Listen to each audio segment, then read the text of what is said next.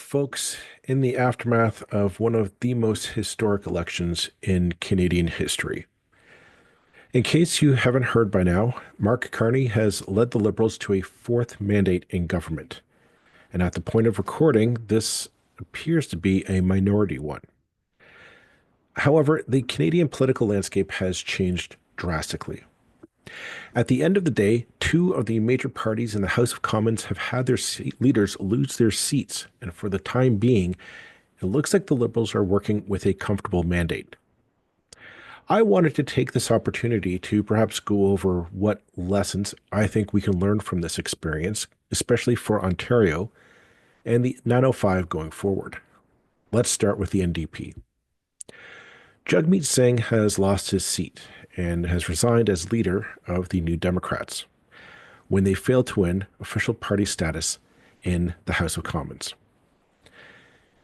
In Ontario, if you're an Ontario Liberal supporter, you can appreciate what this means for the party.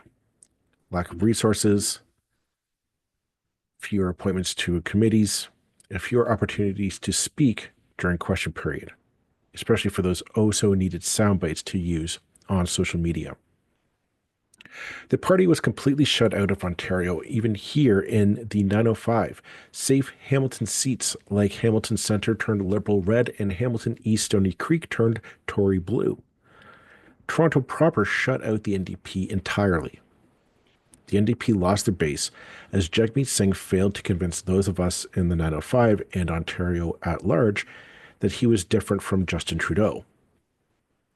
Mostly, this was due to his threats to renege on the deal between the Liberals and the NDP in the previous government, yet never following through.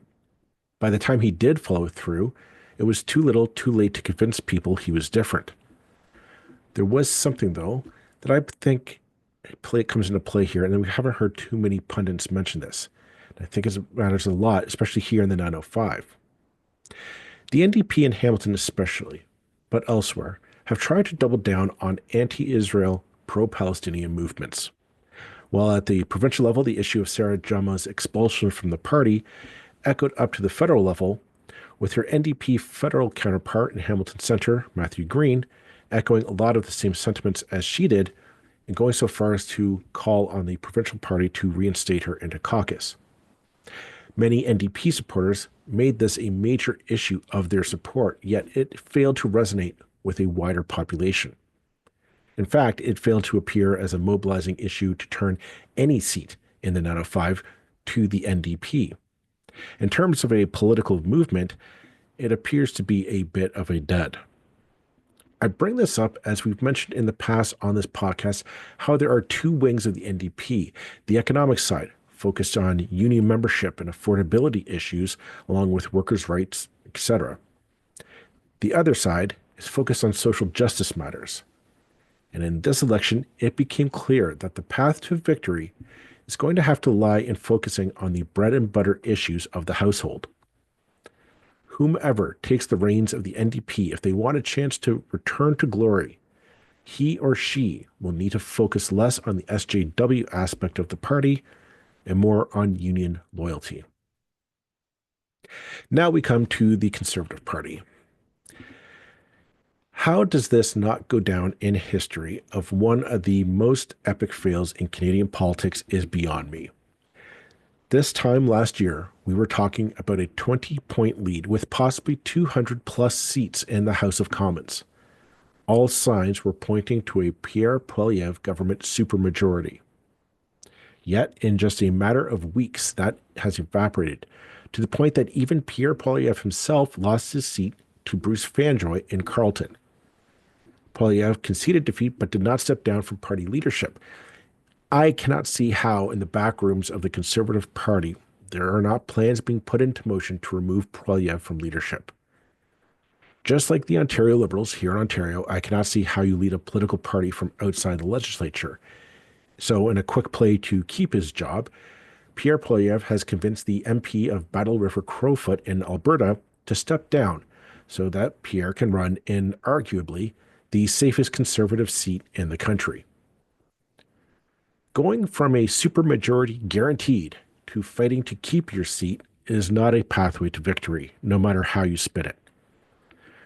Will Poilievre go gracefully? I do not know. I don't think so. Somehow I doubt it.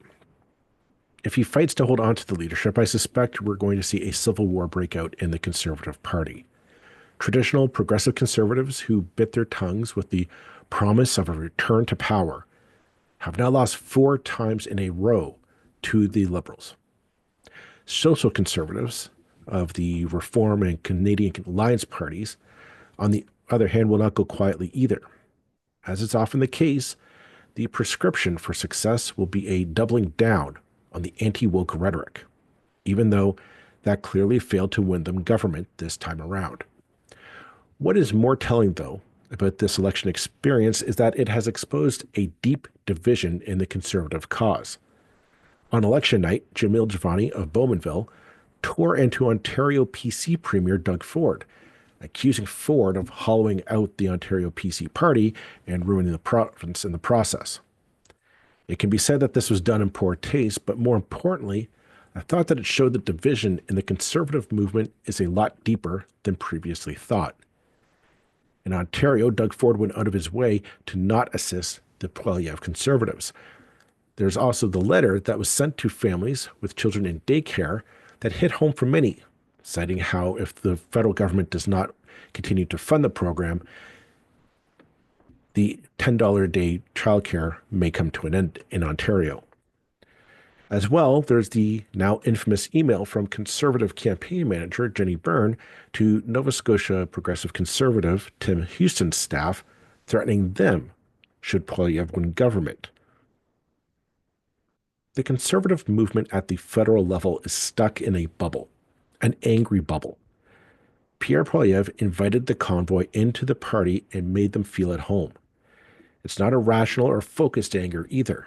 It's nebulous and manipulative. It seems intoxicating and empowering, welcoming almost, but in the end, it is exhausting. Donald Trump changed the election from a vote on Justin Trudeau to a referendum on the future of Canada. At the end of the day, hope is what people were looking for, and the plan to make that happen. All Pierre Poilievre was able to muster were angry F. Carney flags. So this brings us at last to the Liberals. Let's face it, Mark Carney is going to go down in history as doing what Kim Campbell and John Turner were not able to do. Get another term in office after taking the reins from an unpopular predecessor. Whatever your thoughts on Mark Carney, it is clear that Canadians are putting their hopes for the future in his hands. Whether or not he succeeds will be another story. However, this victory wasn't as amazing as it seems at first glance. The Liberals lost seats to the Conservatives here in Ontario. As we've covered before on the podcast, auto theft and home invasion crimes are on the front of everyone's mind in Halton and Peel region. The Liberals narrowly won Milton North Halton Hills by the slimmest of margins. Newmarket, King Vaughan, and York Centre went Conservative. These are regions where crime is high in the minds of residents. While the Conservatives focus on typical crime and punishment deterrence, the Mark Carney Liberals might have an opportunity to get a solution to this auto theft issue that is happening across Ontario and Quebec. I'll reference our episode with Halton Police Chief Steve Tanner about the subject in our show notes. If you're a Liberal MP in the region, I highly recommend you listen to it. His solutions involve much more coordination at the federal level, particularly at the ports of Montreal and Halifax, to work on catching stolen cars before they leave the country, which would make the auto theft endeavor much less lucrative than it currently is. Something to think about if you're wanting to win back a few seats in the region. As for the country, well, it appears that Mark Carney is going to have a year or two to put his plan into action to make Canada Trump-proof. As he said, it's going to be some pain at first as we move into a less American integrated economy here in Canada. Will Canadians have the stomach to deal with that for the amount of time that it will take? Time will tell. The big question to me, though, is what do we do about resources?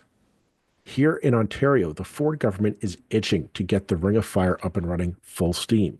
Ford is hoping Carney will simply give the power to approve resource projects exclusively to the provincial governments.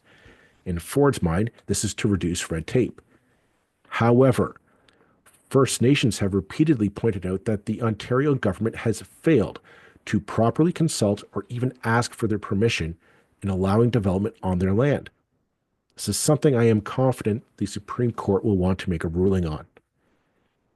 In addition to resource extraction, a Mark Carney government is promising to move fast on housing, getting new housing built fast over the next 10 to 15 years. And this is great. This is something we have advocated for a lot on this podcast. However, here in Ontario, the Ford government has been ridiculously slow on getting housing built. Middle density housing is a non-starter for Ford, with his infamous aversion to fourplex buildings as of right on properties.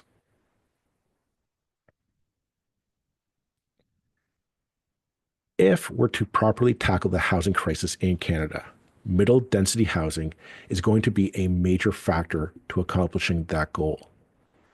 As you can see, while there are a lot of smiles over breakfast at the start of the campaign between Carney and Ford, now that the election is over, there are a few storm clouds I'm seeing on the horizon.